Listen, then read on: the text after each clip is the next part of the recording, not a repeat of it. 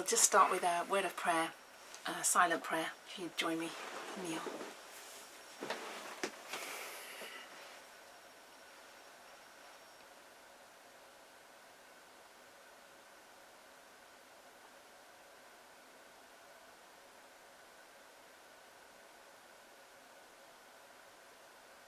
Amen.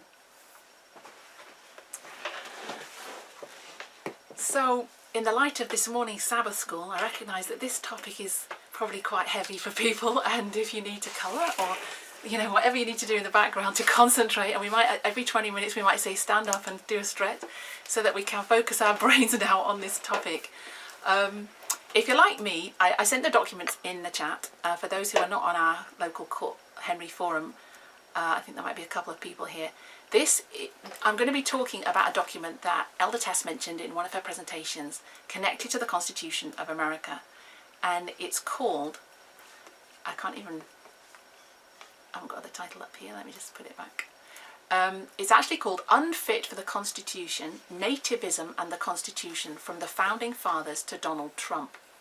So if you're anything like me, you look at the title and you go, whoa, what does that mean? I don't even know what it means, the title. So what I'm hoping to do is to break this down. I was hoping to go through the document, a summary version of it. Obviously, we're not going to go through and read it all.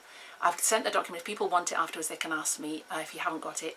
And what I've done is I've pulled out quotes from it and hope to summarise it. But even that, I think, is too much material. So we'll see how far we get. And I want to really give an overview of it and a timeline. So we'll just break down the title first. So, Unfit for the Constitution, the thought behind this is about nativism. So first we're going to define what nativism is, and then we're going to probably see that the document covers from the Founding Fathers to Donald Trump. So it's the history of America, basically. And he's trying to show in this document how nativism and the Constitution are used by the leaders of the day, by politics, to shape their policies, and how that part of that policy being shaped is that they identify a group of people as unfit to keep the Constitution, to follow the Constitution. So we're going to see this tension between nativism and the Constitution, and we're going to see how we got to Donald Trump, basically, and was Donald Trump as radical as people thought he was. So let's first of all define what nativism is. So I'm going to put that up here, because if you're like me, you might have heard of the word nationalistic, but not nativism. So nativism comes from, I guess the root word is native. So what's a native? Can anyone define native for me?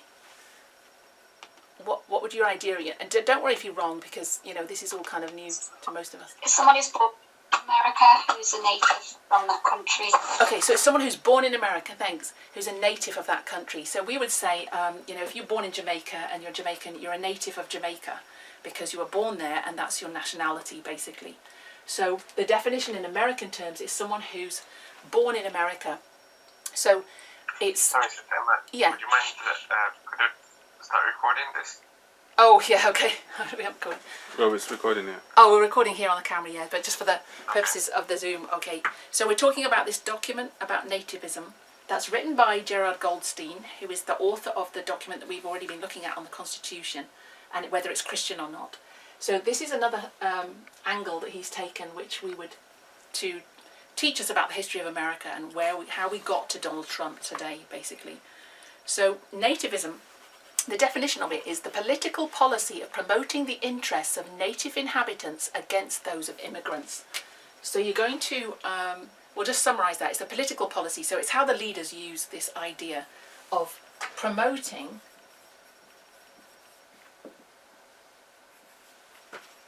the interests of native inhabitants. So basically protecting those that already live there. The interests of native inhabitants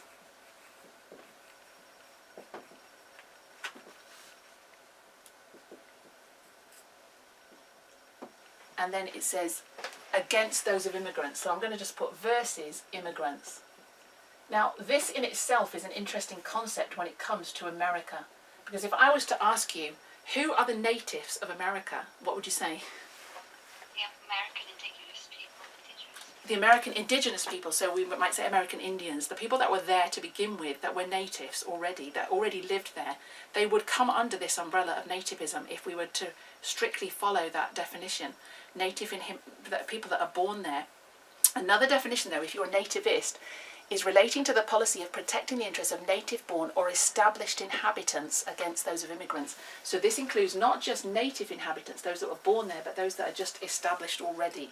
So that would cover everyone that's arrived, previous to our history, is already an established inhabitant in that sense.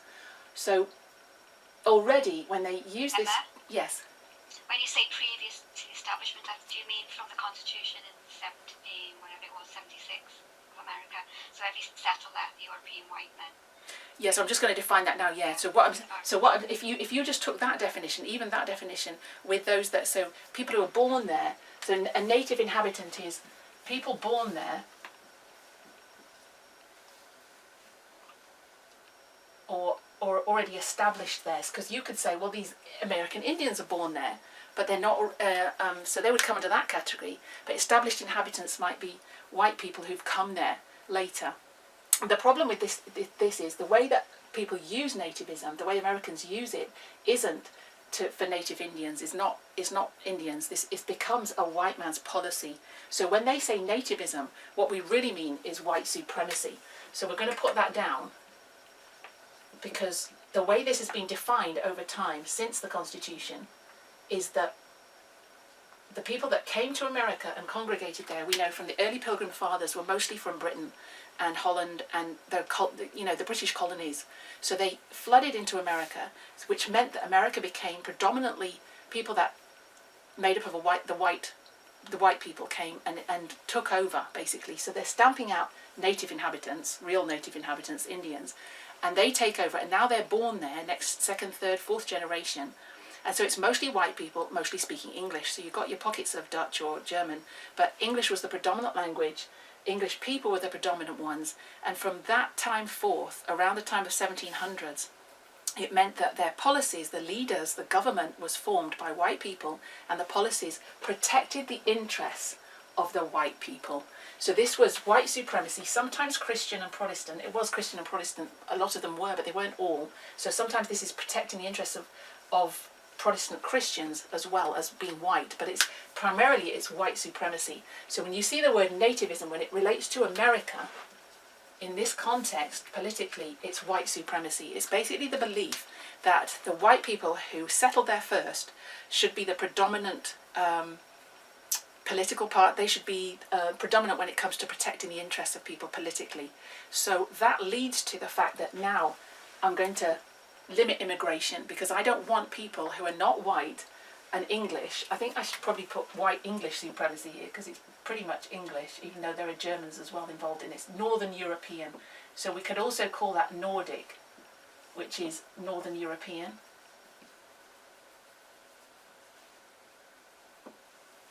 And what that means is that their immigration policies from there on are going to be shaped in such a way, or to protect the interests of the white Northern Europeans in the country. So nativism is the idea that a small group, or a smaller group, part of the group in America, is going to protect its interests from outside forces basically taking over. And that's what nativism is. It's this idea of protecting the whites in America from other ethnic groups. And that's slightly different from nationalism, because nationalism is the idea of supporting one's country and culture. And so anyone can be nationalistic. A Mexican who's come to America, an African American can be patriotic to America, to the principles of America. So they can be nationalistic and patriotic to support America being a great nation, or a late nation of the free. However you look at that, you can be nationalistic, but you're not nativist. And this is the difference. And so I think once we understand that difference, we can see that these two concepts have formed policy from the very beginning of America, so that then they're battling against each other. Whereas many people would say that this land was built on freedom and equality, and would be surprised to find that all through its history, America has been dogged with racism from the beginning. And I think that we haven't factored that in. So when we get to Donald Trump, we're in shock. So we look at Trump's policies, and he's voicing for the two things that he did when he first got into office. Actually, in his when he ran for president in 2016, his presidential campaign was built on nativist themes. And the two major ones were his central campaign promises were building a wall on the Mexican border and barring Muslim immigration. And when that's one of the first things he did was bar Muslim immigration, and it just shut down the whole country from anybody Islamic coming in. And this was invoking nativism by playing off their fears of foreign infiltration and the need to exclude dangerous foreigners. So the basis of that policy is that these people are dangerous. They're going to come in and take over. They're not fit to run the country because they're going to have their own agenda and their own political agenda. Make everybody Islamic, for instance. Mexicans are going to come in and they were labelled as murderers and rapists, as criminals. So they wouldn't be fit to run the country and understand the Constitution. And so this argument that these natives are these immigrants are dangerous, and they played on the fears of the whites, shaped his immigration policy, and people were shocked because it was so obviously racially prejudiced. And we thought, this isn't America, this is not the spirit of America, this is not what America's built on. It's built on equality, and the principles of the Constitution are liberty and freedom for all, and access for all to anyone can come and pursue happiness in America. And this is what people were confronted with, and it was a shock for a lot of people. But when we trace back the history now, we shouldn't have been as shocked, because we didn't realise how this battle, well, I didn't realise, but has been going on from the beginning of its history, basically. So yeah, any questions? Anybody wants to say anything? If it's not clear... Yeah, okay, so... Sorry, Leon said... So let me just summarize. So what he's saying is... he's saying prejudice was built up against immigrants like Mexicans and anybody who's not American, and that prejudice helped shape the policies. Basically, you said anyone who's not American. I would probably immigrant. Correct that. Anyone who's coming from outside, who's a foreigner, who's not white. So they don't want any foreigners. They don't want any black people, Latin Americans, Islamic people. They don't want any more of those people coming into the country, because they don't believe that they're fit to govern the country, and that the root of that is basically racism, white supremacy. That we're protecting our own interests. We don't want anyone else to do anything. But they use the argument that these people are dangerous, that they don't understand English, that they don't understand the Constitution, that they have got a different religion. So on those two counts, the Muslim and the Mexican, they made out the Mexicans were criminals, and they made out the Islamic people were Muslim. And that's a threat to the Christian America, and it's a threat to the morally pure America. So they're using, at the root of that, there's Christianity. In our time, we've got white evangelical supremacy, but it wasn't always Christian necessarily. Actually, it probably was all the way through, but it's not painted in that way. It's painted as these outsiders are dangerous to American culture and to Americans. Now, the way they define American is white, because there are already Latin Americans, African Americans, there are already all those type of people in America who consider themselves American, and rightly so. But they're not counted in this model. And so now we want to restrict these other people coming in, because we want to keep America white, basically, or more white. Anyway, so somebody else had a comment. Anybody else had a comment? Yeah. So I'm just trying to wrap my head around how you're differentiating between nativism and nationalism. Okay. So are you essentially saying that, for example, these people in America would be open to the idea of British white Christians immigrating to America, but not open to the idea of Muslim, Arabs immigrating, and that's nativism. Exactly. Whereas nationalism is anyone outside of America, no matter, what you are ethnically. Yes, that's what I'm saying. So I'm saying nationalism or patriotism, anybody could be nationalistic in America. So an African American, a black man in America can say, I'm American, I'm proud to be American, I think it's great to have America like this, and I'm happy that more people come in. They could also be racist. They could say, we don't want any more people coming in. They could have that viewpoint, but a true nationalist could. So actually this might help. The next point would help. So this is 498 of the document, but I can give you references afterwards. That basically, instead of tribal or other forms of nationalism, constitutional nationalism teaches that being American means being committed to the universal ideals like individual liberty and human equality.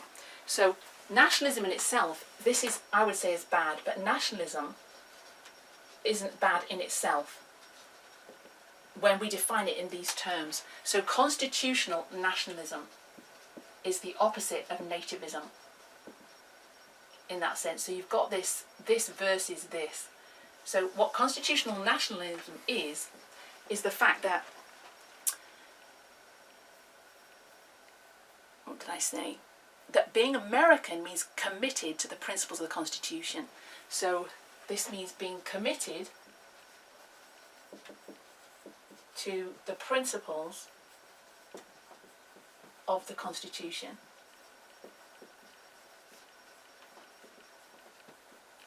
And what that looks like means that you, ideals, e.g.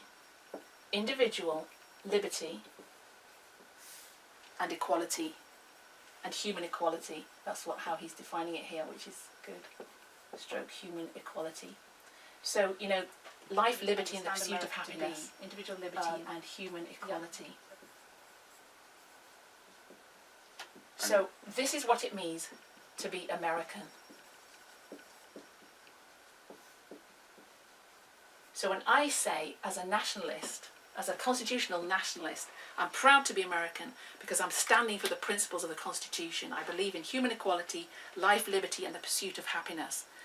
And this is what people mean when they say constitutionally, I'm standing for constitutional nationalism, or the American creed, which is based on these principles. So when Obama stands up and says, I'm standing for the Constitution, I'm standing on the principle of the Constitution, I'm proud to be an American, which includes all my brothers and sisters of every race and creed and religion, because he's not basing being American on sex, religion, or ethnic background. So another way of saying it in more scholarly terms, and this might confuse people, but so just to clarify that point, American political leaders and scholars frequently assert that constitutional nationalism has formed the basis for American national identity from the nation's founding. So we will evoke the fact that this nation was founded on these principles. From the beginning, it had these ideals, and that's what it means to be an American. That's what the Constitution is to us. So when Franklin Roosevelt declared that a good American is one who is loyal to this country and to our creed of liberty and democracy, he claimed this is how it has always been.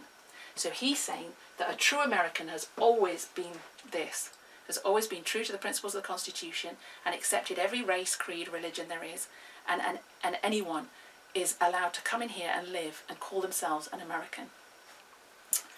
Go on. Yes. I've got a question. Yeah. So the first people went over to America from Northern Europe, Yeah. or Northern Western Europe, was in the early 1600s. And I don't know, I can't imagine them feeling like they were American then. Maybe, they might have felt that they were English or French or Spanish. Do you know at what point then they took on the identity of American or being a native? So obviously the first kind of couple of generations know that they're not native because they've come over to this country. But at what point do they take on that identity as American, as native? Like then I don't know if my question makes sense. Yes, I think what we would say is we date it back to the principles of the Constitution. So as far as calling themselves American, perhaps that's more modern. I don't know when they actually called themselves America, because they were the Confederate States. I don't know when they actually got the name. Someone will probably Google that, America. But even if we don't call them American, they would define themselves as from that country, from the United States. Let's say United States, but it was probably more enshrined once you get to the Constitution. So up to that point, they've just accepted their Germans, Dutch, English. They're living in America. They've colonised the land. With each generation born, obviously they're living there now. It becomes their land, and it becomes their country in that sense. So obviously each generation born is probably going to come further and further away from that I'm Dutch. I am Dutch, but I'm from here now.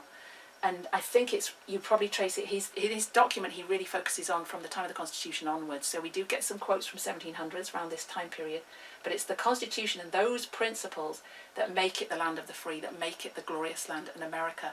And this is what we've learned in all our studies, is that that was meant to grow. We were meant to grow into the Constitution. It wasn't all sorted at the beginning because the men were racist and religious biased, and it was sexist, so we had to grow into that, but this was the principles it was built on, and there's enough in there to say that's what defines what an American is, or a person from this country wants to live by these principles, and that's what sets it apart from the nations of Europe, who were monarchies, governed by kings, governed by religion. The church and state is separate here, giving people freedom of worship and freedom to believe what they want and live how they want, basically. So yeah, 1776. So Emma, yes, that's go on. a good point you said that about church and state, because Britain at the time, they wanted their freedom from America because they were under colony of the Brits, and Britain was church and state, like you just said. Yeah. And this was, America was set apart by bringing in the Constitution 1776, saying no, we don't do church and state. We go by what the people say. People separate religion from people and the state and stuff like that. So it's a very good point. That's what separates them from everybody else. Right, and so this is why it's a glorious land, because it's a separation of church and state, and it gives people true liberty and freedom to exercise religion and to exercise their ethnicity, I guess, their cultural practices if they want to. So another way of putting it in the document, he says on, this is page 500, there were two competing traditions in America, and this is what we've just been detailing here, really. There was a civic nationalist tradition, which is this one, constitutional nationalism, or civic, which is relating to the society, nationalist tradition, and which identifies American nationalism with the American creed embodied in the Constitution. So this is the creed. The creed is the Constitution. So when we say creed, it's a set of beliefs, isn't it? When we say a church has a creed, it's a set of doctrinal beliefs of what that church stands for and what its principles are. So the creed of America was its Constitution. This was what it stands for. This was the rule book. This tells you how we're going to live in this country. These are the rules we're going to follow. And what identifies you as American is the fact that you are following this civic nationalism. This is the basis of your nationalism, is that we stand on these principles. And then it says that's one tradition. So this is one tradition. And the second one is nativism, basically. And that nativism is defined as ethno-nationalist tradition. So this may seem like a big word, but we'll just break it down, because I think it's useful to understand these terms, because these are terms that scholars will use, and sometimes politicians, and they're redefining the terms in our time, and this is why it's but we'll go there in a minute. So ethno-nationalist tradition. So this is civic nationalism tradition, and this is ethno-nationalist tradition, which at its root is nativism. And ethno-nationalist is basically made up of two words. So this is ethnic nationalism, and this is civic nationalism. So this is all about the society, and it's a melting pot of different nationalities, people, countries, and they make up the society based on the Constitution. They've come there to follow these principles of the Constitution. They want freedom and liberty and human equality. Why they've come there. That's what they stand for when they get there. That's what they want. And then ethno-nationalism is basically ethnic nationalism, which means that to be American, it defines what it means to be American by race, religion and sex, and suggests that the two traditions are independent and distinct. So these are two distinct ways of looking at it. Ethnic is basically relating to a population subgroup without going into defining it. It's more than just your colour. It's not just black and white or brown or whatever your colour is, and it's a national or cultural tradition. So unlike race, it includes race, so you might say my ethnic origin is African, but it's more than that. It's not just based on biological traits, it's things that are taught and inherited. So it's your language, it's your culture, what defines you as an ethnic group is your religion, your culture, your traditions and festivals, your behaviour, what food you eat, the territory that you occupy. So all that covers ethnicity. So ethno-nationalist is relating to or supporting the political interest of a particular ethnic group. So you might say Muslims, or you might say, as distinct from that, Iraqis. So not all Iraqis will be Muslim, they might be Christians as well, but they're Iraqis, so you can define them in different ways. But the essential difference between the two is that we're not going to define an American by being a certain ethnicity. We're going to define them by the fact that they stand on the Constitution.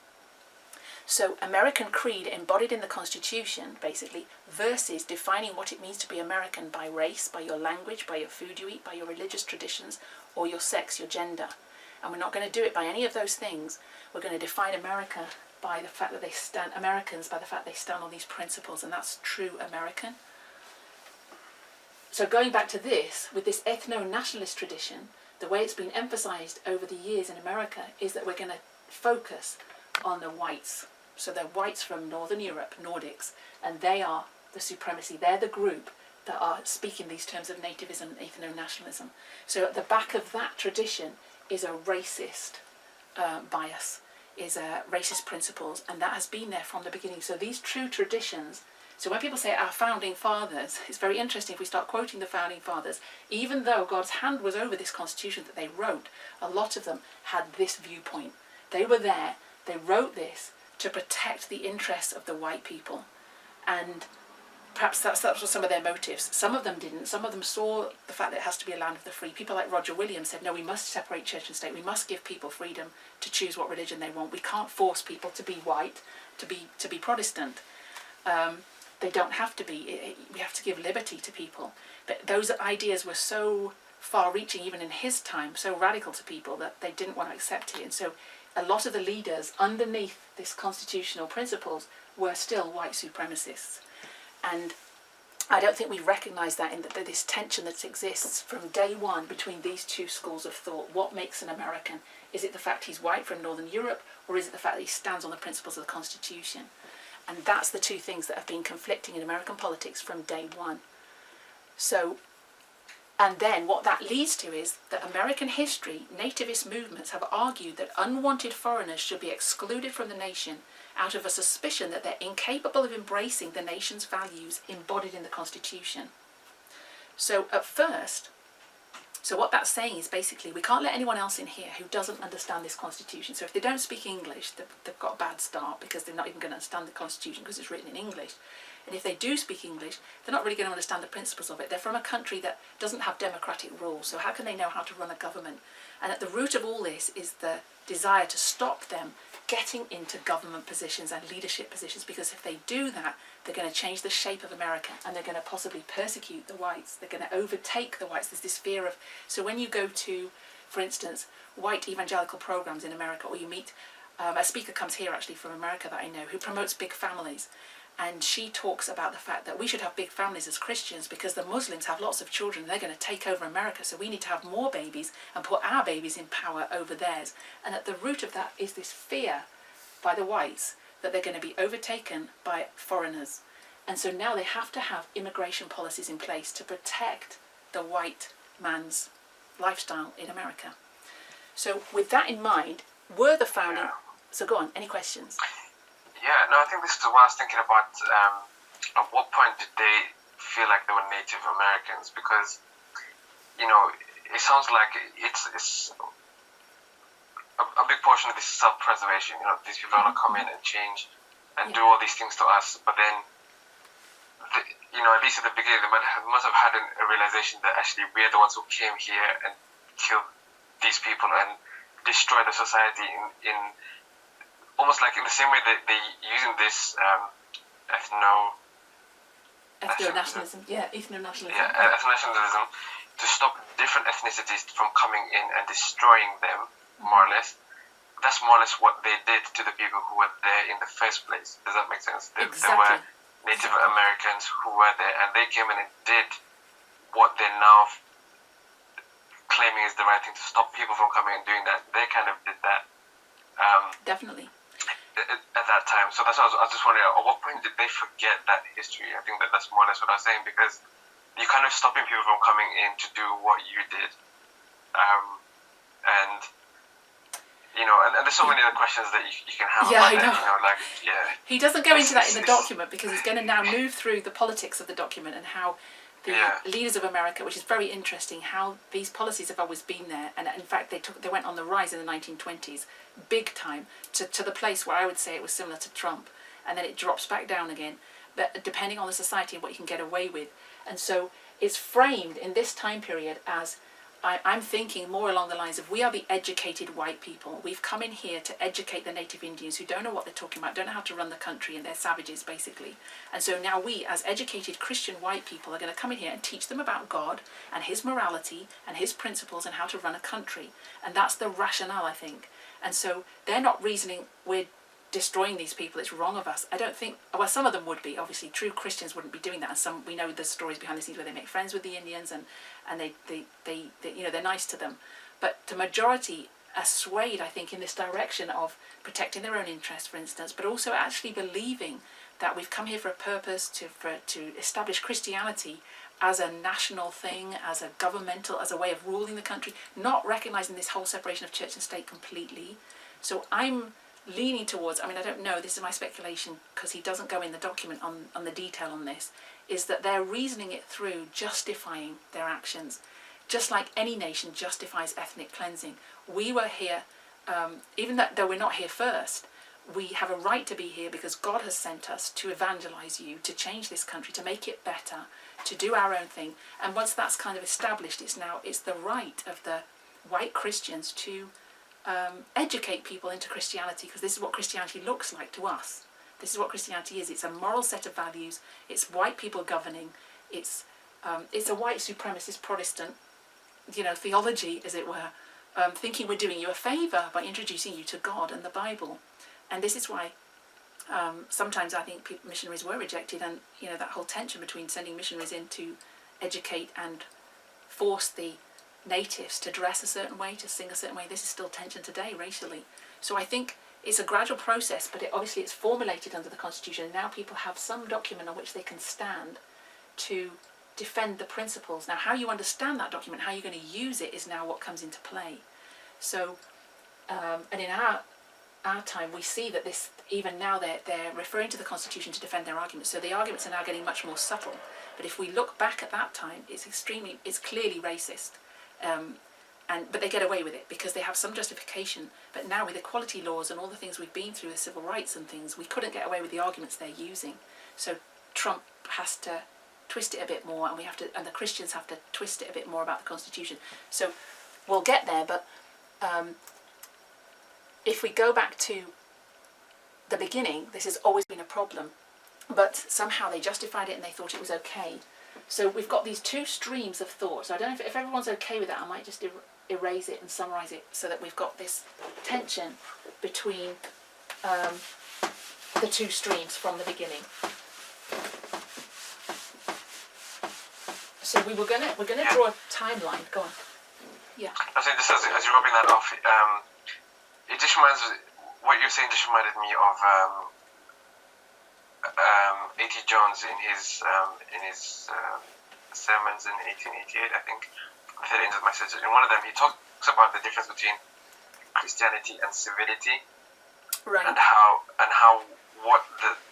So he obviously he's talking about the papacy, because the papacy is, you know, quote unquote, the enemy at that point.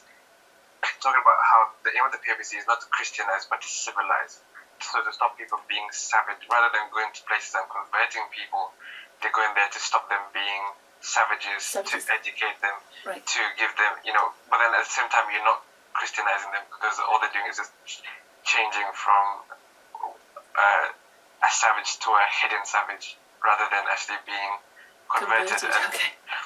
And so it just reminded me of the tie between now the Protestant in America looking at this in the same way, in terms of they're looking at Christianity, not Christianity, but actually civility. They're confusing Christianity with civility. Right. So, okay, so I'm just going to put up, let's call it Nativism versus constitutional nationalism, which we would argue is a good thing. Constitutional nationalism.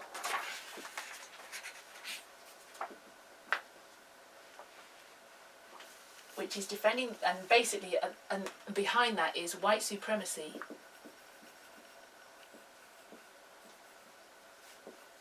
versus liberty. I'm going to put liberty for all. And rights for freedom, I guess that is. Liberty for all, rights, freedom. And that tension has been there from the beginning. So if we look at some quotes now, this is 1751. So I'm just going to put those dates at the beginning. We've got 1751, 1774 and 1790. And I could post them for you, but they're just one-liners. So in 1751, Benjamin Franklin, who is the same, I think we quoted him earlier, was it Benjamin Franklin? Yes, no, Franklin Roosevelt, sorry, not Benjamin Franklin. We quoted Roosevelt saying that it's always been that way, that it was based on these values. But Benjamin Franklin expressed his belief that immigration to the American colonies should be limited to the lovely white and should exclude all blacks and tawnies.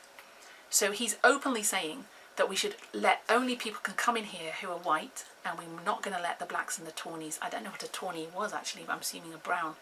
I didn't actually look that up, but obviously this is a clearly racist statement, but they justified it on the grounds of, as we've been saying before, education, ability to run the country, all sorts of things they said, but this is clearly racist. 1774, we've got, this is B. Franklin.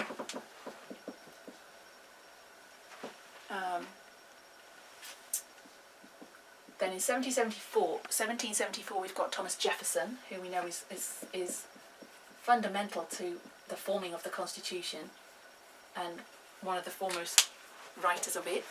For instance, appealed to the American Saxon heritage. So this is another way they worded it. Anglo-Saxon was English, basically. The Saxon heritage, which he declared established in Britain, that system of laws which has so long been the glory and protection of that country. So his take on it was that Britain has a really good set of laws and government, and that because of that Anglo-Saxon heritage, those are the laws that we should adopt. But obviously that's intricately connected with white people, because the British are white, so Anglo-Saxon. So this was based on Anglo-Saxon. He's saying only white people, and he's saying Anglo-Saxon because they know how to govern the country, because they have good laws,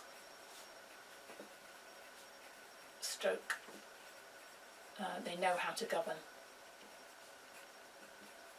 So you could argue that that's not directly racist, but obviously we know at the back of that is white supremacy again. And then in 1790, this is what the worst thing is, the Naturalization Act. So in 1790 you get the Naturalization Act that they pass. Naturalization with a Z.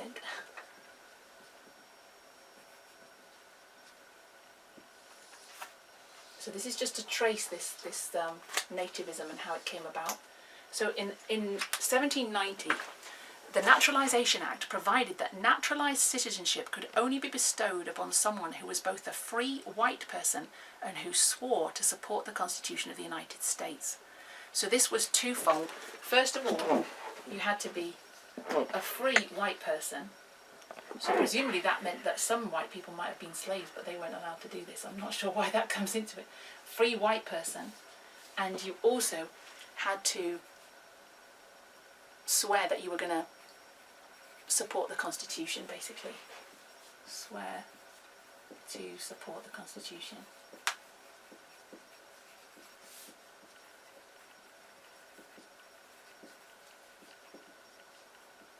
And these were the qualifications necessary to become a citizen. Naturalization Act of the United States. The interesting thing is that this law was only over. Guess what year this law was overthrown? Does anybody know?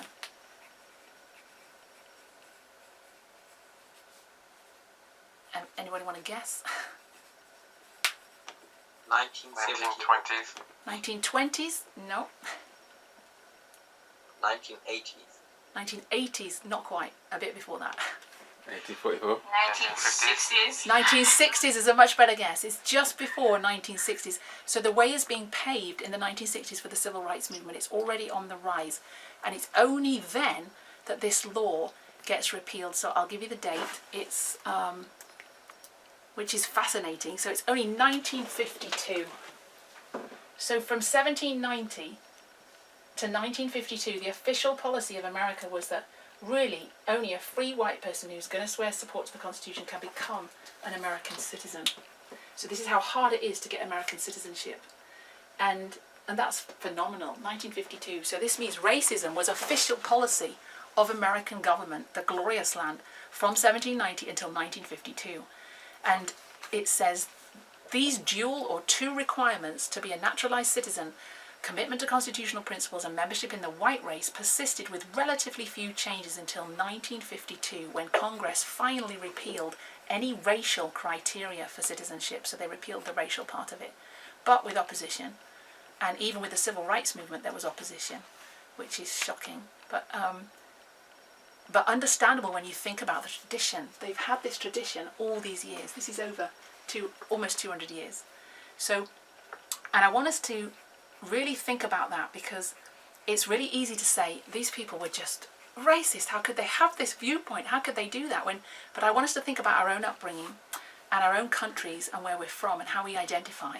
So if we were born in a certain country, say you're born in Jamaica and you consider yourself Jamaican, and you're taught from early on that if other people come in, say Indians come in or Chinese people come in, they're going to come in, they're going to take over, they're going to build their mosques, they're going to build their religious institutions, they're going to start their restaurants, but get their food, they're going to congregate together, they're going to speak their language, and they're going to take over your government, and then they're going to make laws against you. If you're kind of schooled in that way of thinking from day one, which most of us are, very protectionist, on every level we're protectionists of our family unit and then of our village or our town. You know, I'm from the north of England, or I'm from the south of England, or I'm from this part of Jamaica and you're from that part of Jamaica, however you word it, and we're protectionist on other people coming in.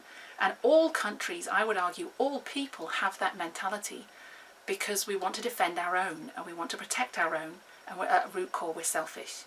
And so I don't think this is unusual, even though it looks ugly, it looks horrible. It's pretty normal of humanity that we're protecting our own interests and our own religion and our own our own things. So I think if we can identify with that in our own experience, just recognise that we all grew up with that mentality to a lesser or greater extent, I think we can start to identify with how they feel. Because I don't know about you, when I was growing up, if it was said, you know, we've got far too many immigrants coming in from, you know, Poland or whatever, we've got all these Polish people coming in and they're taking over, they speak their language, they live in their own areas. For me, actually growing up, we had an Indian quarter in Preston. I live in the north of England. We had a very big Indian quarter, and it was, you know, all sorts of criticism, from they smell of garlic to, you know, they have curry all the time, they drop, you know, drop litter, it's messy where they live, or, you know, you can say that about anybody. I'm just using that as an example. I don't remember hearing all that, but I know some people imbibe those kind of thoughts, and they weren't that, you know, and they stick to their own, they won't learn the language. But then you think about going to another country, how many English people now colonate in another country and stick to English people and only speak English because it's what you know and you want to connect. And so you can look at it at both sides, but you can see how people feel threatened by that. You know, these people coming in, these foreigners we don't know, they smell different, they look different, they dress different, they speak different, and all that generates fear.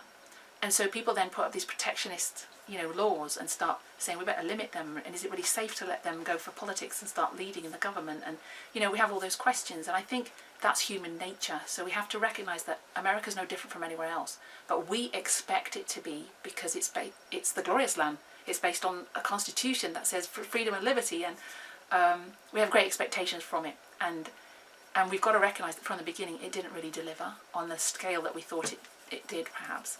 So let's move to, so this is around 1790 when, yes, Karen, you've got a question? That brings an interesting point. Someone asked me some time back, you know, they posed the question, if you were in a situation where you had a child and another family had a child, and both children need to go to school, you know, and you only have funds to send one child to school, you would send your child to school, because most of the time, you know, that's the thought, that you send your child to school, if you only have the funds to send one child to school.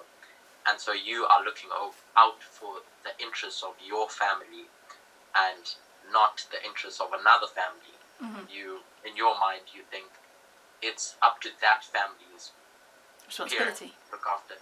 And as you said, if you escalate that from your home to your community, you're going to look after the interests of your council, and then from your council to your city, to your region, to your country. And so, just as you said, it can be so easy to get into that mindset of, I'm going to look after the interests of America before I look after the interests of some other nation. Of course. And on one level, this is a biblical principle. You know, we should look after our families, we should look after our community, we should look after our church, because these are the people in our immediate sphere, our neighbours, who we are our brother's keeper, and so that's a built-in kind of need in a sense, or value system that God's put there. So that, I mean, it wouldn't make sense if your whole society is crumbling and you say, let me go and help the Indians over in India. And I'm saying, well, what's happening in your own backyard? You know, we say that you can't help anyone else if your own backyard's not sorted out. So in that sense, it's reasonable to want to educate your children, to want to look after your own, to want to have possessions, to want to have, you know, pursuit of happiness. So all that, I think, is reasonable, and it's when it becomes anti other people. It's when it becomes, when it builds up a wall of partition, which we see in the Bible, the wall of partition between Jew and Gentile. When it builds a wall of partition instead of breaking it down, is when it's and I'm not going to help my neighbour, I'm going to help myself at the exclusion of my neighbour. I'm not going to do both. Is where, you know, it all falls down, and it happens everywhere. So it's not an American problem in that sense. But it also reminds me, when you just said that about when we were in Africa, the very same thing happened to women. So I've only got funds to educate one of my children. One's a girl and one's a boy. I'm going to do the boy, because our whole society is rooted on the fact that boy needs education to get the money to provide for the family, and girls are second-class citizens. So that at sexist level as well. Go on. And at the Just to let you know, I'm just giving a time check. Okay. Yeah, we have under just 35 minutes. Okay. What you said highlighted the key difference, which you stated at the beginning when you were defining nativism, is against another class of people. So when you take that mentality and then add the against another sector, I think that's where it then becomes wrong, as opposed to just looking after your self-interest. But now if you're looking after your self-interest with a target against another group, that's where it starts becoming dicey, which is a clear, a needed differentiation. Right, and so that's the difference between constitutional nationalism, which says, yes, I want to defend the interests of America because I'm American, and that's natural. Why wouldn't I want to defend the interests of America? I'm a nationalist, I'm American, and I'm going to put my country's interests first. But what that looks like is I'm going to let anybody come in who wants to. Whereas this one says, I'm going to put the whites' interests first. That means you blacks and browns and whoever else can't come in here. And that's where it falls down. This is not now liberty for all. This is now violating, we would say this violates the principles of the Constitution. And their argument is, no, these people can't keep the principles of the Constitution, therefore I'm not letting them in. So they're using the Constitution to their own advantage, saying they can't understand it because it's English, and they can't implement it because they're from countries where their governments aren't good, they're not democracies, they don't understand how to govern, they haven't got the understanding. So these are the arguments that are being brought forth in support of this immigration policy. So this is all connected to white supremacy, that they have to have now immigration policy in place to protect the nation. So this is a line of immigration basically. So we're going to start with 1790, and we've got the Naturalization Act, and then we're going to go all the way to Donald Trump, but we're probably not going to get there today, but we'll see how far we get. So 1790, so there's some key dates on this line that I want us to see, and that he highlights in the document, and probably one of the easiest ways to do that is to read the introduction, which is very short, and he just summarises quite nicely. I can't draw a straight line, sorry. Summarises quite nicely. So we're going to put Naturalization Act here. What happened on this line. I'm not going to go into all the histories of them. If you're interested, you can read the document, and it's fairly easy to read. And once you understand those terms, it's fairly accessible. But I'll just get this introduction for you here, so this makes more sense, and it kind of summarises it. I'll just cut and paste it. So this is the very opening paragraph. Go on. Yeah, I just wanted to mention, just going back to what Kate is saying, in that situation where there's you have the money for just to take one person, either your child or the other person's child, and sometimes it can even be a situation where you have the money to send two children to school, but you don't send the other person's child to school in case they do better than your child, or in case they get a better job, they get the job instead of your child. In the sense that it reminds me of how you talk about Polish and other people coming into this country. And I know a lot of people have this view of they're coming, they're taking our jobs. It's almost like that job belongs. It's not like the job belongs to anyone who can do that job. It's like this. I'm entitled to that job. And even though a lot of those jobs, a lot of the immigrants who come in yeah, do very highly skilled work that they're not qualified for. You know, you'd be like, you know, they're coming to take your job, and they're coming in as an emergency surgeon. You know, a Or- doctor in Originally, they took the jobs nobody wanted to do. So the Yeah. bus driving, the cleaning, the stuff that people didn't want anyway. And in fact, they were brought in to do those jobs. You know, they're brought in and told, Exactly. okay, you know, those are your jobs. You do the more menial jobs, even though they might have been capable of being a better doctor or a better engineer or pilot or whatever. You drive the buses, and we'll reserve the good ones for ourselves. So it's that situation where there is enough to go around, but you don't want people above you, even though you know it's. So yeah, so instead of like, oh, there's only one job and one you can get, it's more like, no, I want to do the better job rather than the worst job, in their opinion. Exactly, yeah. I'm just looking for the name of this Know Nothing Party, because it wasn't called the Know Nothing Party. It was actually called, I think it was called American.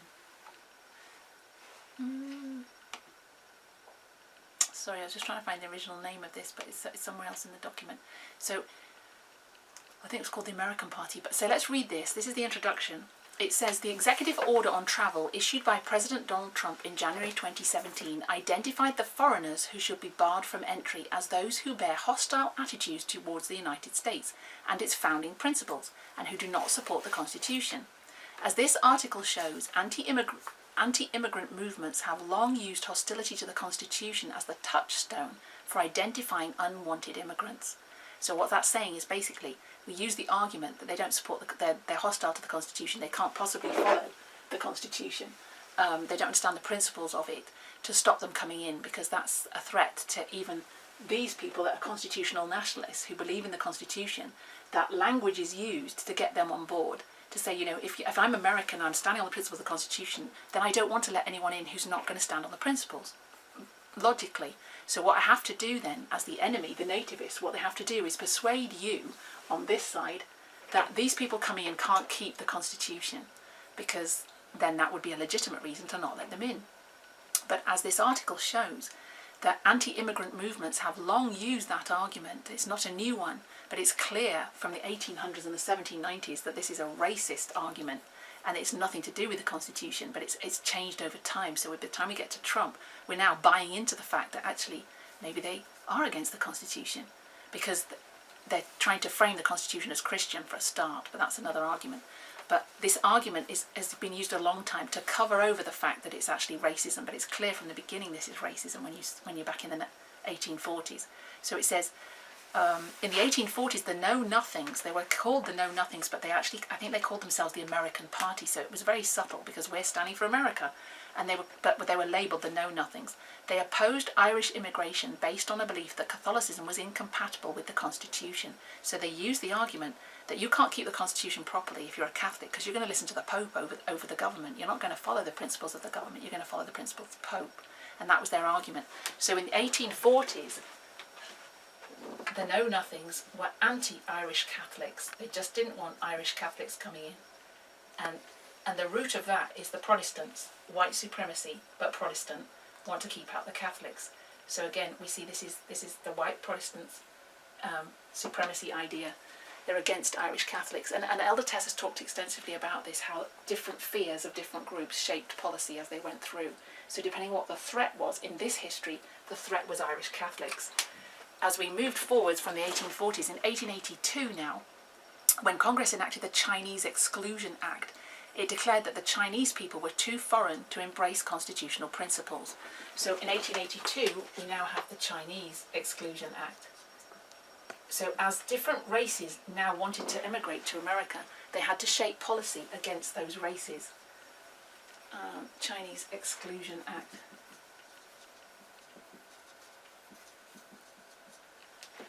So here we see, obviously, persecution against the Chinese.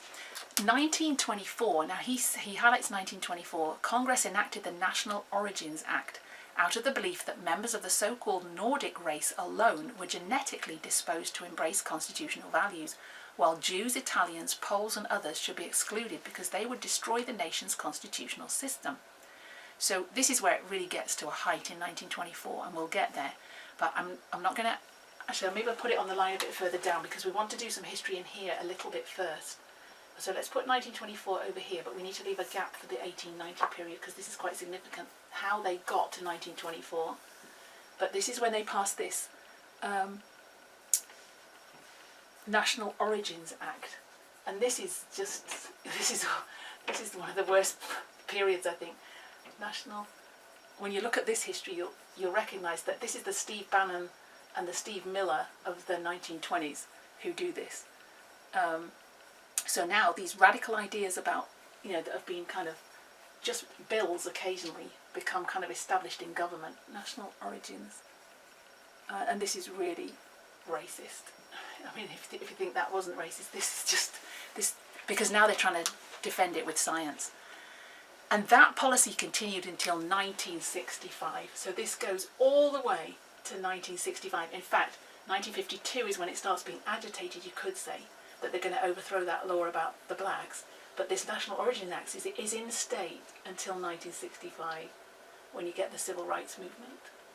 And that's when Congress adopted the Immigration and Nationality Act. So here we get immigration, which basically overthrew this, opening the door now for different races to come back in. And then obviously that's been an argument from there on. So many people didn't accept it at the time, didn't like it, didn't like the Civil Rights Movement, nationality, saw it as a threat, but recognise now we can't use overtly racist language because this Civil Rights Movement was too powerful. So now it becomes not socially acceptable to have this black-white segregation. So this is where the whole Christian right starts to be elevated, starts to come to play. By 1979, we know that it's the Jerry Falwell movement, and the arguments are shifting because they can no longer be so overtly racist. And so even though they passed that, which is a major hurdle, a lot of people are still not accepting the principles of it. So yeah, sorry, did you have stuff in the chat? Did somebody want to comment anything? So Curtis put, equality of opportunity, but you end up blocking the other's opportunity with the fear that they use that opportunity to excel ahead of you. Yes, which is how society is, competitive all the way. I want to do well, but I want to do better than you. I don't want you to do better than me. I'm happy if you're equal, maybe, but you can't overtake me. It was called it was called the Nativity American Party. This is the Nativist. Sorry, Nativist. Nativist American Party. So they're even called Nativist, which we know is negative, but they put the American in there. So they say to be a true American, you need to support us. So this is the Know Nothings. I did know the origin of that, I can't remember right now why they were called the Know Nothings. But they actually were really officially called the Nativist American Party. So here it's overtly, openly nativist. It's just racism. American Party. Defending the rights of the whites. The white Protestants, basically. So genetic disposition, yeah. So what comes in here is eugenics. And this is where eugenics comes in this history. But we'll talk about that in a minute, which is basically genetic... what's the word? Where you control the genetics and say that this certain race is superior, the whites, so we only want white people to have babies. We want to control the population because scientifically they're better and stronger. So we're going to let people who are not disabled or people who are not criminals, those people can't have babies because we don't want any more of those people being born. We want to just have pure white race, basically. And obviously we can see how that led into the Second World War with Hitler. Hitler was basing his arguments on eugenics, basically, saying that there's an elite race that we have to propagate and we shouldn't propagate anyone else. And that sounds like plant terminology, but that's how crude it was. And they basically used that science to defend their policies in America at this time, and that's how they got that act, National Origins Act, passed. And it's the stuff out of a science fiction movie. It's just horrible. But it was amazing how this book on eugenics took off in that time period. But what that did was it basically banished Jews, any Southern Europeans, so like Poles, the Polish, the Romanians, what we would call Eastern Bloc, Italians. They didn't want Italians either. And these were specific groups that were targeted by that act. Jews, Poles and Italians. So that gives us a potted history until we get to the time period where we're perhaps more familiar, where we get the Christian right being elevated and we get Trump in power, and we get Steve Bannon and Stephen Miller with these immigration policies, which we can see were already back here. You had a similar idea, and it's just a repeat of history really, but I don't think any of us understood that at the time. So we're just going to go to 1894, and 1894 is where we see the beginning of the IRL, which is, so we've got in here 1894, and this is the IRL, which stands for Immigration Restriction League. So this is a very easy. Chinese Exclusion Act is clear. We want to exclude the Chinese. They didn't have an act there, but they were trying to get rid of the Naturalization Act. We just want to go natural. You know, we just want people who are naturally born here, nativist basically. They should have put the Nativist Act. This is Immigration Restriction League, which is clear. They just want to restrict immigration. And this is. But this is as far back as 1894, so this is the 1888 time period, which is very interesting because you think, wow, all this stuff was happening in their time period of 1888. So equality was a huge issue. The Immigration Restriction League was founded in 1894 by a lawyer, Charles Warren, a climatologist, Robert Denouncy Ward, and attorney, Prescott Hall. These were three Boston Brahmin Harvard alumni, and this definition of Boston Brahmin is these were elite class. They were highly educated from the class of 1889 who believed that immigrants from southern and eastern Europe were ethnically inferior to Anglo-Saxons. So basically if you're from anywhere else in Europe apart from England, or at least, you know, England, Germany, France perhaps, then you were inferior. They felt that the American way of life they saw as their birthright was being threatened. The League was created to lobby for legislation restricting what they considered undesirable immigration in order to preserve WASP. And WASP is a pseudonym for white Anglo-Saxon Protestants. So they are wanting to defend WASP, which are white Anglo-Saxon Protestants. So that was even a terminology that they had, WASPs. I don't know who coined that phrase, but this is what they were doing. They were defending white Anglo-Saxon Protestants, white supremacy, Protestantism here actually because of the Catholic. We can see it all the way through. Of course this is not true spirit of Christianity, but so these are three people, and these just remind me of Steve Bannon, Stephen Miller, and the other one, Jeff Sessions. We had three people in our history who are pushing the Immigration Restriction League, and they want to restrict immigrants to just Northern Europeans. And on the back of this, their biggest policy that they pushed was a push for a literacy test. So from 1896, so this is, I'm going to put it up here, 1896, all the way through, actually that should probably just be the left of that.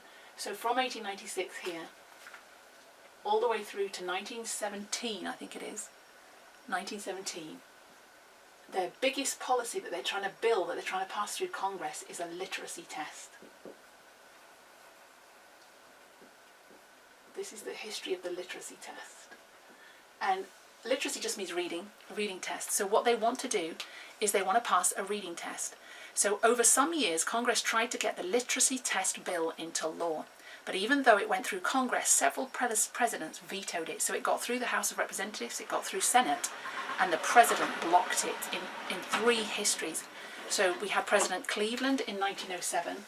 So 1907, 1913, and 1915, three presidents said, no, we're not having this. So it got through.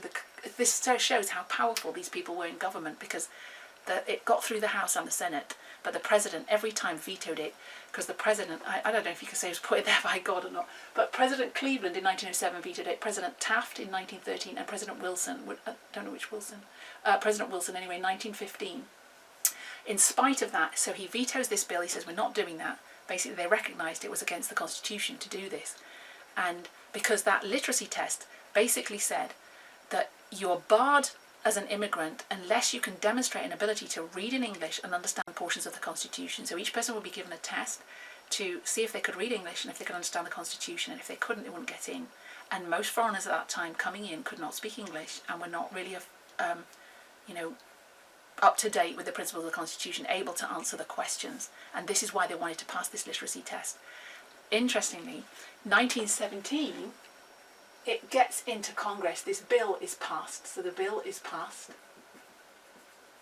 After all this vetoing, they overruled Wilson's veto in 1915, and Congress forced it into law.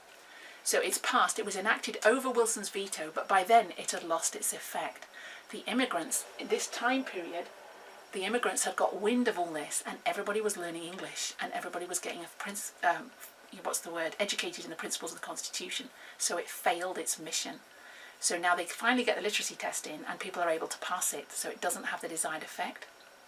At the same time this is going on, which I think is quite interesting, in 1916, this book is written called The Passing of the Great Race. So this is the book, The Passing of the Great Race. Emma, Yes. just you know, you've got 15 minutes. Okay, that's good. And then, just going back to your previous thing about the literacy, it's very interesting. It reminds me, obviously, I was born in Kenya, and I came here, and I became, I had rights of a board anyway, but I had to wait a couple of years before getting my British citizenship. And I don't know if anybody's been through the British citizenship test. They give you this book, and this book has all kinds of information on it that honestly the average British British person doesn't know. will not understand it. Right. I remember one of the questions on the test was, what's the percentage of Sikhs in London? Is it 0.4%? Is it 0.5%? 0.7%? Or 0.8%? It's like, honestly. And the Sikhs themselves probably don't know the answer to that question. Yeah. No, it just reminded me of that whole, like making literacy, it's almost like a way, it's a barrier to stop people, to prevent people, but it's the people who are around anyway, who you would consider British, they don't know the answer.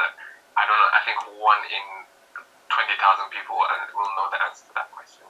Right. So they make it so difficult that you can't pass it, basically. Yeah.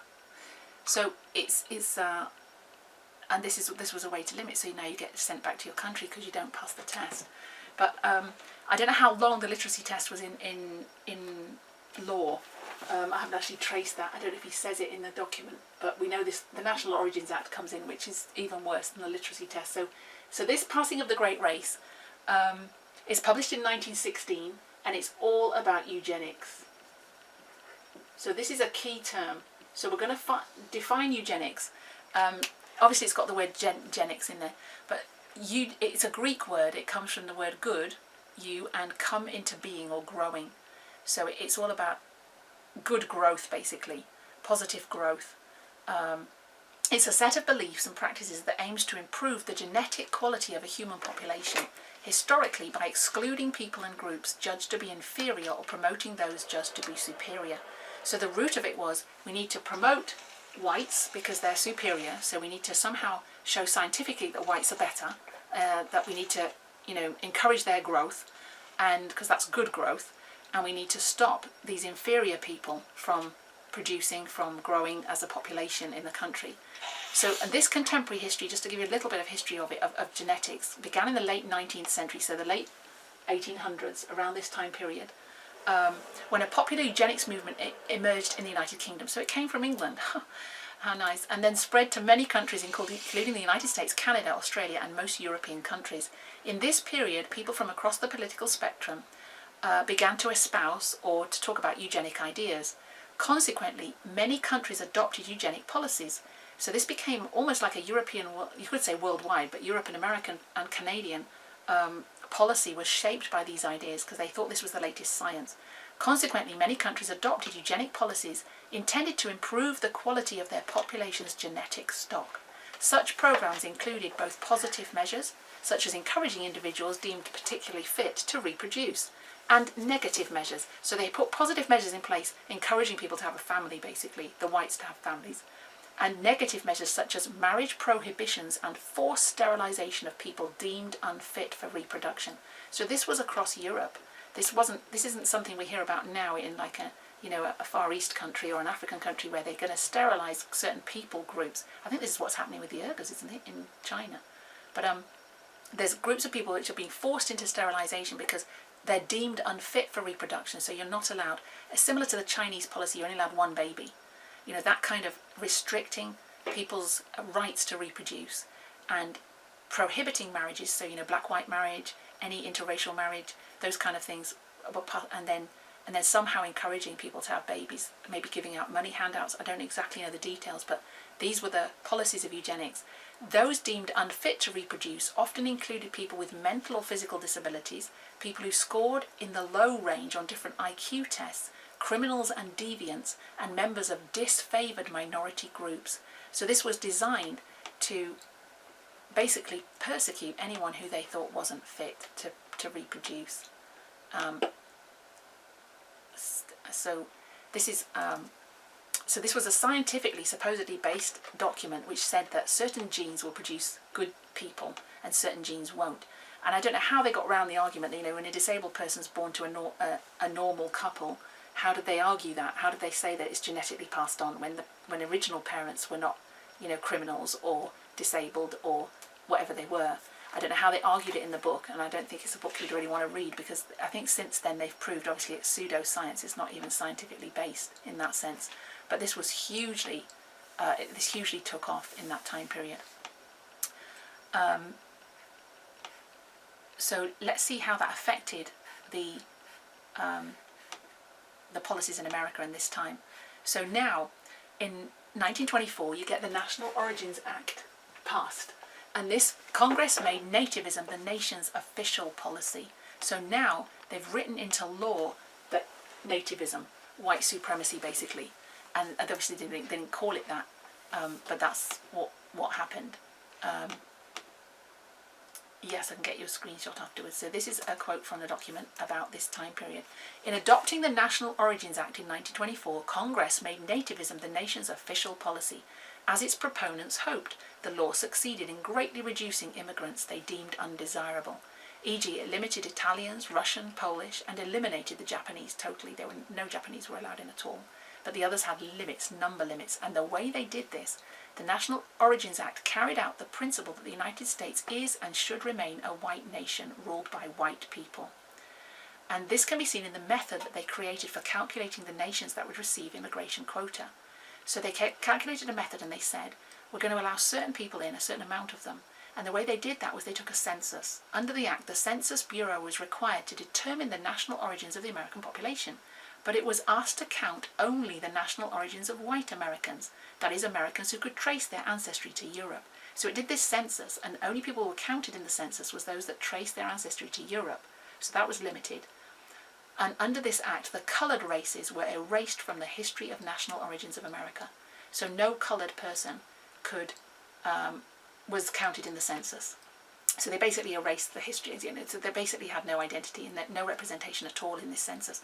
And so in the census, let's say they censored all the Europeans, and they said there's so many Polish, there's so many this, there's so many that, and they limited it to the ones that, and then they put a number on it. So they just said we can have 10,000 Poles, we can have 6,000 this, and they made the numbers for the Southern Europeans really low, and they made the biggest number for the Northern Europeans. So they basically gave the biggest amount of immigration numbers to the Northern Europeans, and that limited immigration generally, because at this time period, most people that were trying to immigrate were Poles and the ones that we've put here. The Jews, the Poles and the Italians. It wasn't the Northern Europeans, so hardly any Northern Europeans were immigrating at this time. So this drastically reduced the numbers that were coming into America at this time. And obviously it was no black people. And no Latin American, no Japanese, no foreigners of any kind, and it was limited to the number of Poles and Jewish and Russians of, European descent. And it was based on those people that were already there. So you can see how it kind of morphs in our time to, if you've got relatives abroad, you can bring them over. But it's just incredible to me how this is the glorious land and how these policies were enacted. So 1924 was a particularly bad time period. You could say this was sort of going along, and then it goes in a big, wave of mountain here of nativism. And then it gradually, as we go down here, we get to the 1950s, and we see that in 1952 they're going to repeal that act, the Naturalization Act, and they're going to open it up now to coloured people coming in, and then you get 1960, you get creedal nationalism has become the consensus position, embraced by the elites of both major political parties, and the national origin system was recognised as inconsistent with national values. So now you get constitutional nationalism coming back in and them saying, no, we need to open our borders to everyone because this isn't fair. The 1960s, we've got the equal rights movement is really underway, and they're saying we have to, both parties, Republicans and Democrats, are saying, no, we have to open this up. We have to overthrow the National Origins Act. This is no longer constitutional. So 1965, at the height of the civil rights movement, Congress repudiates as un-American the racism and nativism that animated the National Origins Act. So they overthrow the racism and nativism, and they declare that persons of any race, religion or national origin were equally capable of embracing the nation's constitutional ideals. So now they open it up to anybody. So Congress enacts this Immigration and Nationality Act. For the first time, American law prohibits discrimination in the issuance of an immigrant visa because of a person's race, sex, nationality or place of residence. So in the history of America, 1965 is the first time now that legally anyone who isn't white is allowed to come in that sense. So Tom's asking a question, and I just find that shocking, sorry. Is Christianity used as a vehicle for the ethno-nationalism? When using religion, it's easy to trigger fear and things can overrule common sense or feeling, i.e. God will kill those people for what they're doing, so we don't want them to contaminate us. So now it's about maintaining a Christian nation. It's just a polite way of saying we don't want non-whites and women having power. Exactly. And all the way along, it's been pretty obviously racist and nationalist, but now it has to change tacks because 1965 opens up the whole racial debate and the whole sexist debate. And it says you can no longer do this now. You can no longer be so openly racist. So as we saw with the equality law being passed, we see that now racism takes on a different guise. So now we don't have segregation anymore, but we see Jerry Falwell starting a white supremacist university under the guise that, we're just doing this for white Christians or whatever, but there's still segregation. The blacks are still put down and don't have the same opportunities. So now it's about maintaining a Christian nation. Yeah, paganism to papalism. Yeah, it's a similar transition. So we've gone now from being overtly racist down through these policies to now covering it over with a Protestant guise of Christian. It always has had a Protestant guise, in fact. But as we get to 1965, it's not politically correct anymore to be racist. So now we have to look for another way of controlling immigration. And this is interesting. So now we get, in 1979, and which we know is marked by Jerry Falwell, at the same time we get this organisation starts, and it's called FAIR. 1979 we get FAIR, F-A-I-R. And the irony of this is it's totally unfair, but it's called FAIR. So it stands for the Federation. So it's a federation or a group of people basically come together, a confederacy, because for American, again we've got to put that word American in there because we're going to redefine what it means to be an American. American immigration. So again, immigration, it's all about restricting people that we don't like. Reform. So this on the surface looks good. We want to reform the immigration policies because if we know anything about history, we know they're all bad up to here. All the immigration policies were bad in that sense. And now we want the Federation of American Immigration Reform. We want to reform immigration. But so this would seemingly look like a good thing. Since 1979, the leading advocate for immigration restriction has been, and they're advocating restriction of immigration, Federation for American Immigration Reform, or FAIR. FAIR's official position has been that immigration should not be restricted based on race or ethnicity, but it has nonetheless advanced a nativist agenda, sometimes quietly and sometimes openly. So it's professing to not have an that we had up there, before, nativist or ethno-nationalistic viewpoint. It's professing to stand on the Constitution and saying everybody should be allowed in, not based on their race or ethnicity. It should be equality. But I'm just going to give you a couple of facts about them and you can make up your own mind what side they're on. They received funding from the Eugenist organisation, which has worked since 1937 to support white supremacy. So they're funded by a eugenics organisation. They have argued that immigrants from Asia and Latin America undermine culture and political system. So they've argued that Latin Americans or South Americans, Mexicans, whoever, Asians, Indians, Chinese, undermine culture, they undermine the American culture and the political system. So they can't run a government, really. The founder, John Tanton, should seek to preserve homogeneous society. He says, we need a society that's the same because too much diversity leads to conflict. And he's openly anti-Latinos, he's anti-Mexican, and he states that openly. So he's saying we need the society to be made up of the same people, because when you get too much diversity, you get conflict, you get people fighting with each other. 1996, Dan Steiner, the director, doubted that Mexicans could meet the standard of becoming a naturalized citizen, and that they could recognize and support the Constitution. So he's saying these people can't support the Constitution. So this group starts, they're not politicians necessarily, they're different walks of life, and they start this organisation and they're trying to get these immigration policies into government. So it's hinted at by FAIR, these policies are openly espoused by different people who are trying to get into Congress, like Brimlow, Taylor, Francis, there's different names in there, but I won't bore you with it all. But they're trying to get it into Main Street politics. So in 1992 and 1996, Patrick Buchanan challenges President George Bush for the Republican presidential nomination. So now we see an openly member of the FAIR organisation is challenging Bush to get into politics in 1992 and 1996.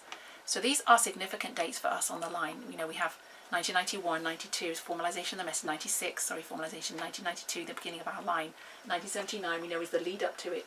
So I'm going to put down here, it's 1992 and 1996. We now see a nativist trying to run for president. Now he doesn't get in, obviously.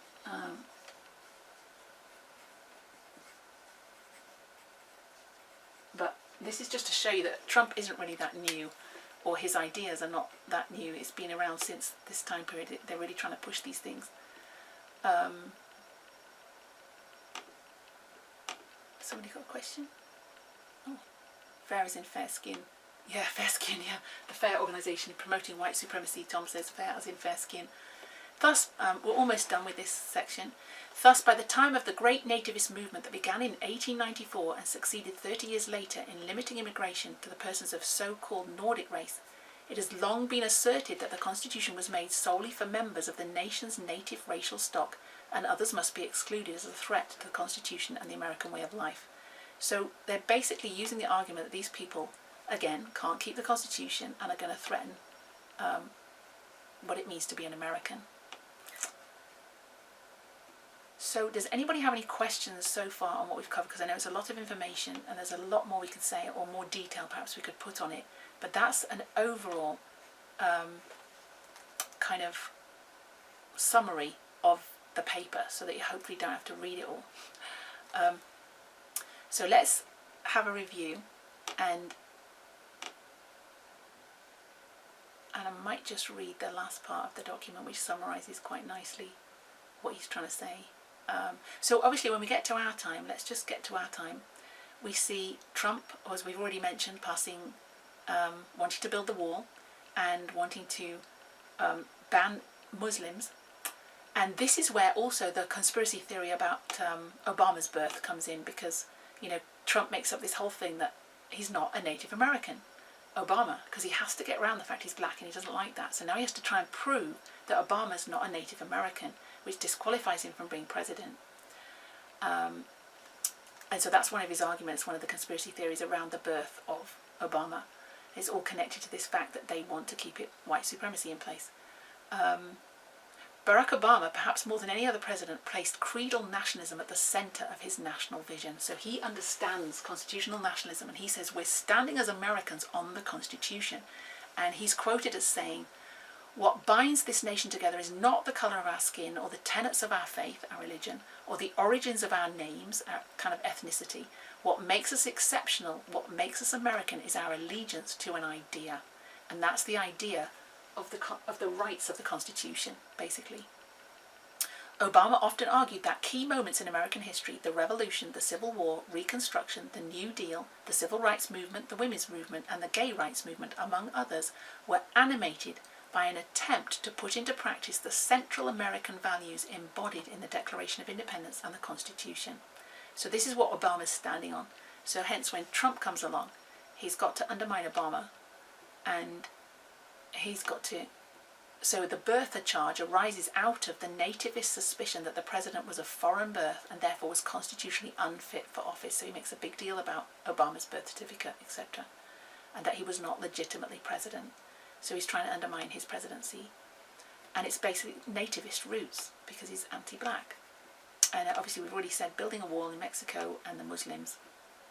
Trump surrounded himself with advisors with long histories of nativism. Steve Bannon, Trump's campaign manager, later a senior White House advisor, was the editor-in-chief of Breitbart News. And Bannon was described as a platform for the alternative right. That's his newspaper was. So he's openly on the side of the evangelical far right and is openly racist. Jeff Sessions, who drafted Trump's immigration policy during the campaign, was appointed as his Attorney General, has long-standing ties with the nativist establishment. Sessions has long worked with FAIR, the organisation, to advance their anti-immigration agenda, and he's praised the National Origins Act of 1924. So Jeff Sessions openly praised this act and was a member of this. What's wrong? And they coined the phrase, what's wrong with putting America first? And what they mean by that is what's wrong with putting white supremacists first. See if there's anything else we need to put in. And Ben Carson, on the back of that, Republican candidate Ben Carson, during the 2016 campaign agreed that Islam is incompatible with the Constitution and argued that a Muslim must never become president. So he clearly is on their side as well.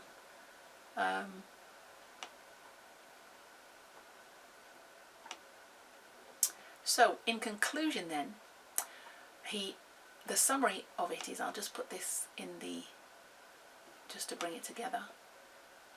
This is the conclusion from the documents. This is written in the last couple of paragraphs. Hopefully you've got more understanding of it now. It says, the allegation that Muslims are inherently un-American should be recognised as part of a long history of American nativism, in which anti-immigrant movements have routinely claimed that unwanted immigrants are hostile to constitutional values. In the 1850s, the Know-Nothings argued that Catholicism was incompatible with the Constitution. In 1882, Congress excluded Chinese immigrants based on the assertion that they were too foreign to embrace constitutional principles.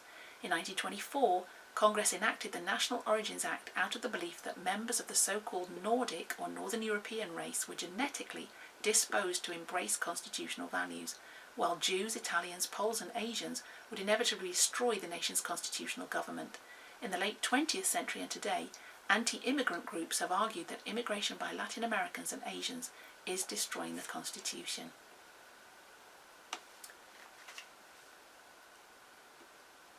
So, hopefully we can see by this then that America has a long history of racism, and immigration policies have always been pretty much based on racism. And I, for one, didn't realise that and the extent of it until I read this document. And I think now we can get red flags when we see organisations like FAIR and we see the term nativist. They don't use it usually in politics because they don't like it, but this is used in what's the word? Educational establishments like this document by Gerard Goldstein. In universities and places they use it as an educational, what's that word? What's the word? In educated groups they use that to label this for what it is. But I think what we've got to be aware of now is that they're redefining what it means to be an American.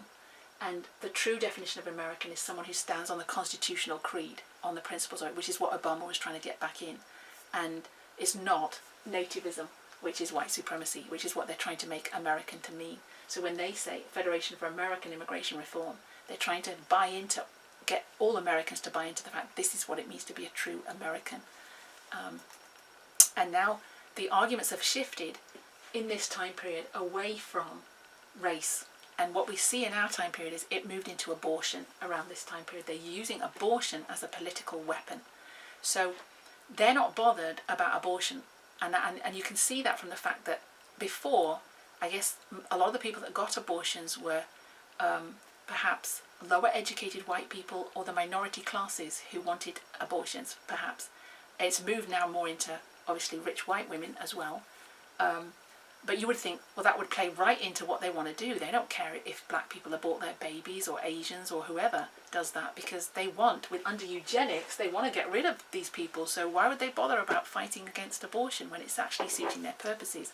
So, but as it moves more into the white population, it's not suiting their purposes. They want to limit it to the whites. But this is why it's all connected to the Healthcare Act, and why they don't want black people and Asian people and all those minority groups to get healthcare, because they're quite happy for them to die off.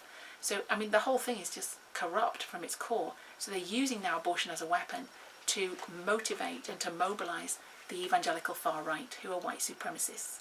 And that's what they're doing with that issue, because they're motivating people on a fear level. We don't want to wipe out white babies. We don't want to upset God. We want to be morally upright and not kill and murder. So they're using the Ten Commandments, and they're bringing the Constitution into that, because they're trying to make the Constitution Christian, when it was never Christian in the sense of the government should be Christian. It was a separation of church and state. That's what the Constitution is based upon or built upon, and it's never was a Christian nation in that sense. And someone posted that on the forum recently, that video about white nationalist Christians who are training with weapons, automatic weapons. I mean, it's just, it's very sad, really.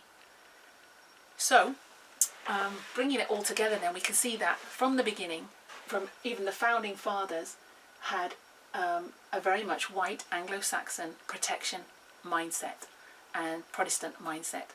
And so from the very beginning we see that they are pro-white, pro-Anglo-Saxon, pro the government of Britain, and the principles of democracy, which they tie in with this. So, you know, white people are the only people who really understand democracy, because a lot of these black people and foreigners are from dictatorships and communism or whatever they label the governments. They're not capable of ruling in a democratic, making right decisions in a democratic government. And this is all to limit their power to become leaders. They just don't want ethnic minorities to be part of the government.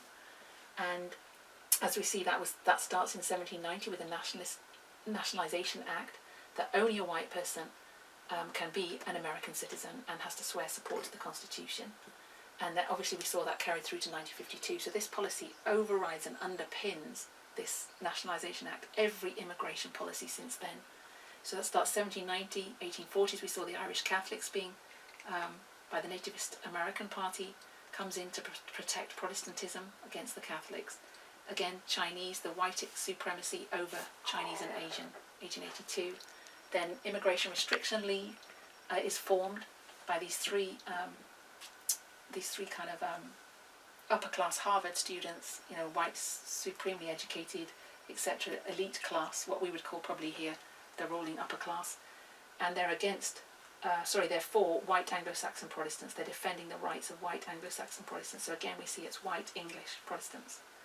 And then we get the whole literacy test trying to be passed, even though it's vetoed 3 times.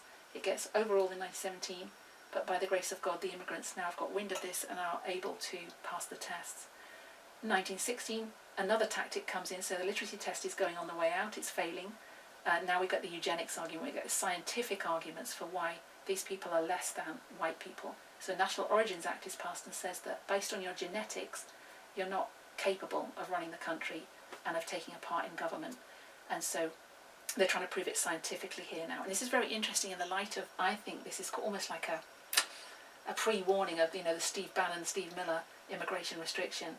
And out of that we're getting like genetic arguments about homosexuals. I just think it's interesting how we're going back to science now to defend, as it were, homosexuality, to help them out. Here they're trying to, you know, negative policies based on science.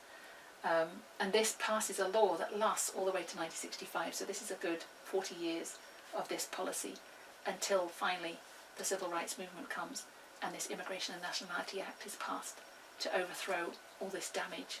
But as we can see now, it's changing shape, but they still haven't really accepted this. So there are white supremacists who still want to go back to this and be part of this and basically limit immigration once again because of the whole keeping the whites in power. Anybody got any questions? Is that clear, everyone? Everybody follow? Everybody's still awake? questions, Neil? Follow? A little bit. A little bit, okay. I just found it very interesting. I tried reading the document a few months back, Okay. and I didn't get far because it was just very dense. But having someone speak and put it on a line and go through it quite slowly, I found that very beneficial to me. So yeah. Praise God. I have to say that's my normal practice too. I start reading it and then months later I stop and then something else comes up and I just don't finish it. So this is pretty milestone for me as well. So it's really helped me to get it together, to put it on the line as well, and to just to summarise exactly what it is, because some of it is quite heavy, as you say, to get through. So yeah, I think it just really helps us to understand the thinking of a white American generally, that they've just been immersed in this from day one, and just to have empathy and sympathy with that feeling when we all know that we want to protect our own and want to, that some of that you could argue from we want our jobs, we want economic prosperity, we want all these things, and if these people come in, they're going to destroy it. That whole argument, we can see perhaps how people buy into it more, and how it perhaps isn't as, that we've all got that in us to go that direction. Yeah. I have a question. Yeah. Go on, Natalie.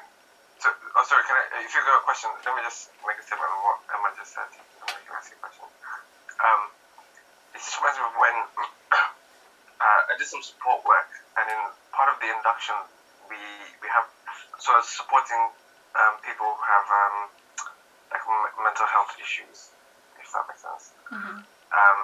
And so so some of them might have like Down syndrome or other genetic defects. And we had this discussion as to whether they should be allowed to reproduce, should they be allowed to have relationships and reproduce, and pass on those things. And it's very thought-provoking, because you're kind of like, you're on the fence about it. I'll be honest, I was on the fence because I was like, okay, their children have more chance to have whatever defects, that they may have, they can pass them on, how they're going to look after their children, or whatever. And so if you see people of different races in that same way, it's not so difficult to, it sounds very devious, but I think when you look at it that way, it's very easy to think like, of course they shouldn't, or whatever it may be. So I'm just saying it's easier than... Right, and you could... Yeah, and going off that, you could argue, well, they need a lot of support and help. These people can't function by themselves. Disabled people, for instance, you need full-time carers. This is costly business. This is a lot of work. And you can say, well, why are we going to bring another person in that's going to need all that work as well? And so you can see how they can legitimize their arguments, and then you just put that over onto a race now, and you say, look, Latin Americans, they're just not capable. They have to be taught English. We're going to have to spend more time and money on them. Their health isn't great. They're criminals. We spend more on the criminal justice system. If you frame it in that wording, it means that these people are a lot of money, a lot of expense, and for what? We don't gain anything from that. We just have to pour money and time into it, and they're taking our jobs. All those arguments, you can see how it kind of is so negative. Yeah, and I mean, this is the last one, and just how we've come out of it's a bit different, but we've come out of a conservative place, and it's easy to see women in that position. It's easy to look at women like, oh yeah, no, they should be staying at home, they're not capable of doing this and that, it's the men who should do it. And that was so recent and so easy to do that, and now we're out of that. You're like, oh wow, that's, how did you do that? That's shocking. But and it's because we've had the education, maybe because we've had the education of their experience now, but at their time, that's all they had. They didn't have the same enlightening that we did, and we would probably find ourselves in the same situation in their shoes. Yeah, it's frightening. Yeah. And as Richard says, the value of a soul, and that's what we're learning, the value of one person. And I was talking to someone recently how we view people and how we see them. And so often we judge them by different things, and so we put them in, we've talked about this, we put them in a box and we say they're valuable because of this. You're valuable because you've got a degree, or your education. You're valuable because of your colour of your skin. You're valuable because, for so many reasons, what money you've got. We stop, or how much you weigh. You're valuable if you're thin. All those kind of things we put value on, and God doesn't see any of that as making us valuable. He sees us as valuable because he paid the blood of Christ for us, his blood for us. And That was a high price. So each one of us is valuable for that reason alone. And I think it really takes time for that to sink in, because we're so used to putting value on people for every other reason or any other reason, even as Christians. You know, you're valuable because you keep my Christian values, you wear a skirt, or you eat the food I eat, or you don't swear, you know, whatever it is, we put a value on a soul and we say, I'm going to be, you know, with that person, or I'm going to associate with them or not. And yeah, we're all valuable and should treat everyone as valuable, as Rael says. Yeah, and that's what it's teaching us. You know, no class or race or group of people that God has not died for. He's died for every single person. Yeah. So sorry, somebody had a question. Yeah, Was that me. right? Go on. Thank you for that. It was brilliant. Can you just give me a synopsis of what you think that would look like as an application in Sunday law time period? Well, that's a big question. Just a quick one. I think that what's most dangerous about it, probably, what I can see from this, is that the policies don't change. So it's going to be white supremacy. It looks like to me there's going to be some kind of supremacy of white Protestant Christians, but it's all going to be done under the guise of keeping America, following the Constitution. They're reframing the terminology, so it's going to make people think that to be American and to keep the Constitution, I'm going to have to follow this law. I'm going to have to agree with it, because I wouldn't be a true American and I wouldn't be following the Constitution if I didn't do it. And that's what I see. That's the way I see it going. That they're redefining the terms, which is why it's so complex. So what does it mean to be a Christian? What does it mean to be an American? And it's going to be very subtle. It's very subtle. Like the way FAIR is called Federation American Immigration Reform. Yes, we can all agree from the history that immigration policy needs reforming because it's been extremely racist, but this is still racism. And it's just pretending not to be racism, even though there's enough evidence it is racism if you dig deep enough. But when you look at that title, you think, yeah, we need immigration reform. Yes, we're Americans. Let's support this. And that's why it's so dangerous, because they're redefining things. So I don't know exactly what it's going to look like. I think it's interesting that science is being used in the homosexual argument, the LGBTQ community now, that we're using science to see that, you know, people are born that way. And genetics is coming into things. The whole genetic thing is interesting, that we've got advances in genetic technology in our time period. I just find that it's interesting in the light of this history. So I see this history as being like a prelude of ours. You know, that how did they get that passed in that time period? How did they actually stand on that and do all that when it was so anti everyone? So I don't know. Do you have any thoughts, Natalie? I don't want to say too much because it'll go on for too long, but I just think something's significant, but very significant, that will have to take place for everyone to follow. Yeah, and I don't know as well. Obviously, we're redefining the terms of whole world and whether everyone is going to follow, whether they follow in the same way, whether it's the same law passed everywhere. I'm not sure. I don't think we have all the. We're in the increase of knowledge of the Sunday law. We don't have all the pieces in place yet, but I think this just gives us a good background as to what to look for, and to be very careful about how people are using words. You know, that they're standing for the Constitution. What does that mean? You know, what Constitution are they standing for? Because they're all using Constitution as their argument. And like in slavery, both sides are using the Bible, basically. We got overwhelmed by a bit. Yeah. So, Okay. Well, that's fine. Let's close with prayer then. Thank you for your contributions. Heavenly Father, we thank you so much for the knowledge that you are giving us, that knowledge is power and the truth will set us free.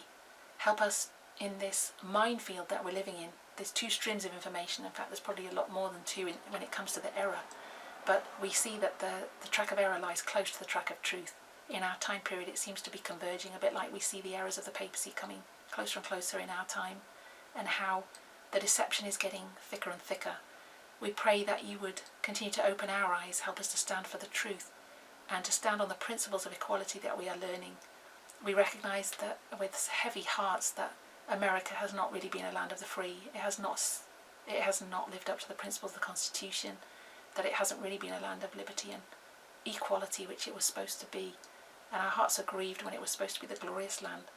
We pray, Lord, that you would forgive us our sins of conservatism and our past and the way we have not seen things clearly. But we do thank you that we've still got time and that you're opening our eyes. Please continue to guide and direct us as a movement, that we would know exactly what things to talk about and to expose, that you would guide the leaders, and that you would help us, Lord, to settle into these truths and really discern the signs of the times, to understand this Sunday law that's coming, what it looks like and how to pass it. Please continue to bless our Sabbath day now. We pray and thank you in Jesus' name. Amen.